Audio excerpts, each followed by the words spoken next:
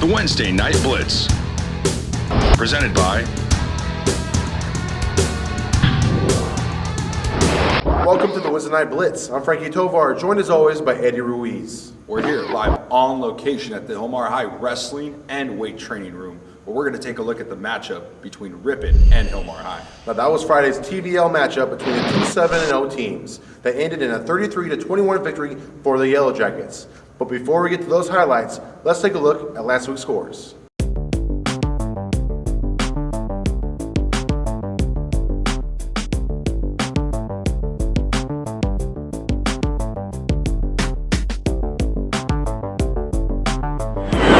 Hilmar kept its perfect record intact with a combination of potent offense and stingy defense. The Yellowjackets were led by junior quarterback Jonathan O'Brien, who went 12 for 19 and threw for 226 passing yards and 2 touchdowns, while also carrying the ball for 20 rushing yards and 2 rushing touchdowns, all of which came in the first half alone. Now O'Brien's target of choice was Tyler Robinson, who caught the ball 6 times for 161 yards and 2 touchdowns. Friday's impressive showing brought O'Brien's season total numbers to 17 touchdowns and only 2 interceptions, while Robinson's performance was enough to put him #1 in TVL for receiving yards and land him 11th in the section overall in the wide receiver position. I want that guy on my fantasy team.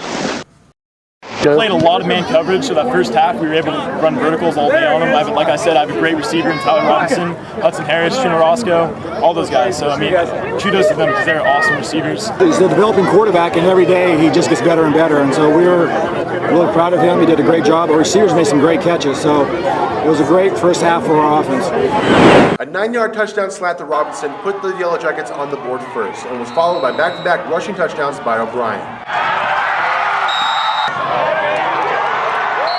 Up 3 touchdowns, Robinson found the end zone once again on a 60-yard bubble screen.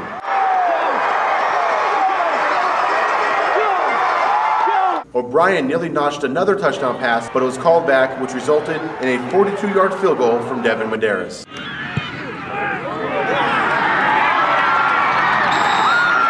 Now Hilmar came out in the second half and played very conservative, and that gave Ripon an opportunity to climb back. And climb back they did, scoring 2 touchdowns through the air for 26 and 21 yards out respectively.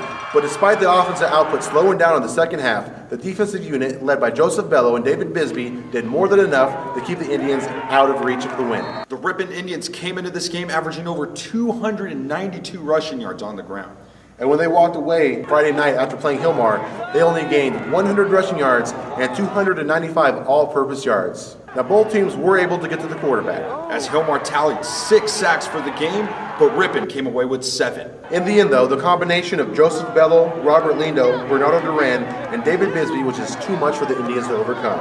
Now Bello extended his numbers, landing himself 3rd in the TVL with 70 tackles. Lindo and Duran also improved their stats as they're tied for first place in the TVL with 9.5 sacks each, and Bisbee comes in 4th with 6.5. But you can't just look at numbers alone, Eddie, because 2 of those first half touchdowns were set up by an interception and a fumble, costly turnovers for the Indians. And let's not forget the final points of the game, which were scored by David Bisbee as he sacked the Ripon quarterback for a safety. Ripon was held to 21 points during this game, and that is the lowest that they have put up the entire season.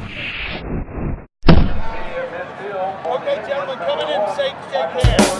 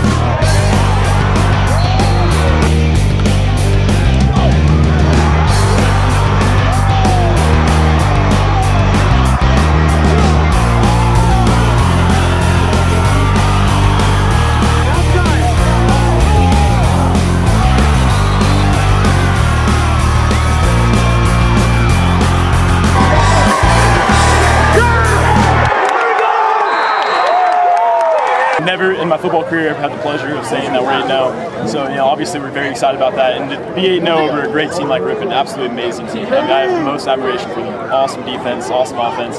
So I'm super, super excited we could get the win over these guys, obviously. But, we're 8-0, so that's all I can say. Now only 2 games stand between Hilmar and perfection, starting off with this Friday's rival matchup against Ripon High. Now the Cougars come in with a 4-3 record. However, 2 of those 3 losses came to teams that were undefeated at that time. So this is expected to be a very physical matchup. Now the keys to success for the Yellowjackets is going to be a well-rounded defensive effort again, and also a well-balanced offense. Now let's take a look at the rest of this Friday's matchups.